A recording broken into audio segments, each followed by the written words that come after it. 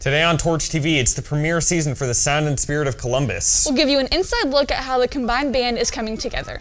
Powder Puff football makes its return. Students are now more involved than ever. All that and your announcements on Torch TV.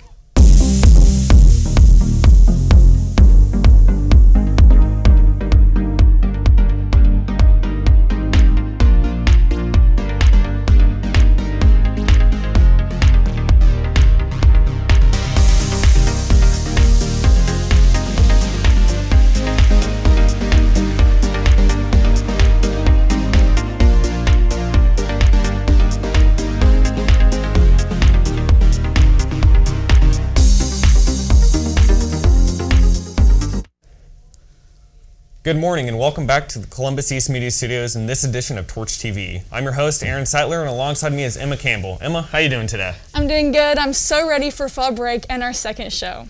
Emma, today's top story is all about the sound of the new Columbus Band. This past year, our Columbus East and North Marching Band made a drastic decision to combine as one. Our very own Sophia Ramirez leads us into the inside scoop of the new sound and spirit of Columbus.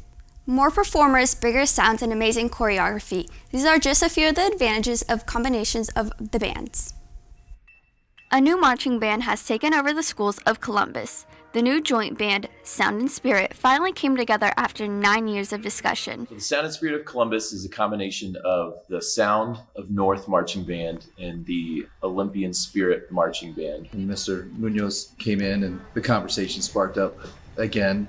And we felt like the timing was right to go for it. Having the two schools come together opens up many opportunities for the teachers and the students who decided to join. We start band together in 6th grade. They perform all of their concerts together. As we kind of look at our program 6 through 12, we're trying to make the best decisions we can for what are the best experiences for our kids in all of BCSC. And a larger group gives an opportunity that smaller groups can't achieve.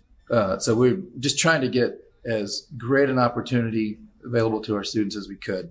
We realized that together we could be better, so we decided to join the marching bands together to see how competitive we could be. With over 180 students, Sound and Spirit has become a very competitive group, being knocked up several classes and competing against some of the biggest schools. What we did inside on a gym floor seemed to really impress some very important people, so I have high hopes for how the rest of our seasons are going to go.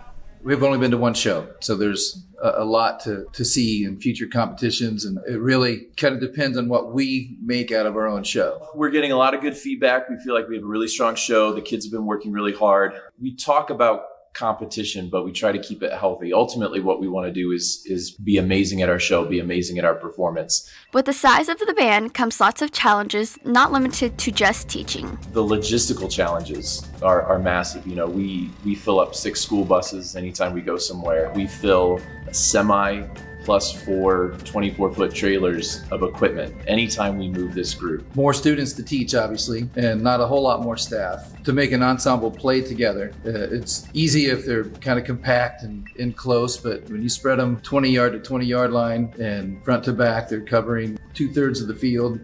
That can present a lot of challenges. So it takes some time to get all that process in place. There's 186 kids in our band, and we're not always together 100% of the time. Half of us may be doing one thing, the other half of us may be doing another. So there's a lot of running around, a lot of text messages being sent to make sure everybody gets a lot of information that we hand out all the time.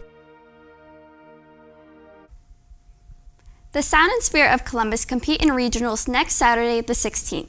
Sophia, what is the theme for the band's show this year? Emma, the performance is designed to showcase a comic book style evil plan to take over the world. It even includes a giant laser prop that goes off in the last few movements.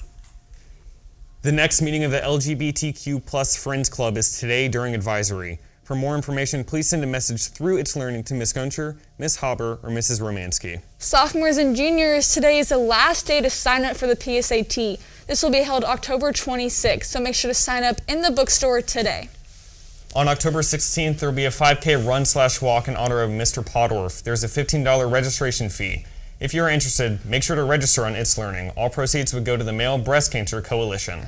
The food pantry is not open this week and will not be available during fall break, although it will open again the week we get back.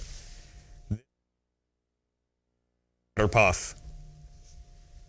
Albany has the ball. She looks like the Student Assembly's annual flag football games traditionally consist of a team of girls from each grade and female teachers competing in a tournament. Each game consists of teams of 6 playing against each other on halves of the football field. 2 games were played at a time with a 20-minute running clock. Since so few freshmen participated this year, they combined teams with the teachers, and they played against the seniors first. Juniors and sophomores played each other for the first game as well. The winners and losers of each game played each other in order to determine the 1st through 4th place finishers. This year's Student Assembly's goal was to create a more inclusive environment, and it was a success. Powder Puff is giving girls the chance to play football when usually football is usually like a more masculine sport, or it can become kind of like a boys' club. So it's nice that we're including girls who don't always get the chance to play football. We've been planning Powder Puff for, I would say, at least a month. Student Assembly puts it on. Every grade has a different color. Seniors are pink, juniors are white, sophomores are orange, freshmen are brown, and the teachers are gray. This year we really pushed for students from the life skills classes and Mrs. Meyer's students to come in and play with us, just because a lot of them don't get the chance to really play sports at the school besides like unified track, and we usually have one unified basketball game, but that's really not as much as other students. So it's really fun to get especially the girls to kind of get involved and be able to play a sport when maybe they aren't always given the chance. Congrats to the junior girls who won this year's Powder Puff game. Speaking of sports, here is Jack Burbrink to talk more about the wins from this week. Congrats to the juniors girls who won in this year's Powder Puff game. This week in sports, yesterday, our volleyball team played against the 5th in the state, Roncalli. Unfortunately, they came up short, but they are 21-4 in the season so far, going into sectionals next week. Our men's soccer team Wednesday night in the first game in sectionals were 1-0, with a goal coming from Branson Young. The boys play Saturday in New Albany against our crosstown rivals Columbus North in the sectional finals, starting at 2. Good luck to our men's soccer team. Our girls' soccer team played last night against Whiteland in the first round of sectionals, destroying them 4-1, and they will also be playing our crosstown rivals at Center Grove starting at 7. Boys and girls cross country has sectionals tomorrow at Brown County High School. Good luck to them. And tonight, our football team goes to Jeffersonville for a Hoosier Hills Conference matchup. Make sure to show up and support your O's. Back to you guys. Well, that's all the time we have today. From Aaron, Sophia, Jack, and the rest of the East Media crew, I'm Emma Campbell, reminding you to take care of yourself, others, and the school. And as always, try to be the best part of someone's day. Thanks for watching.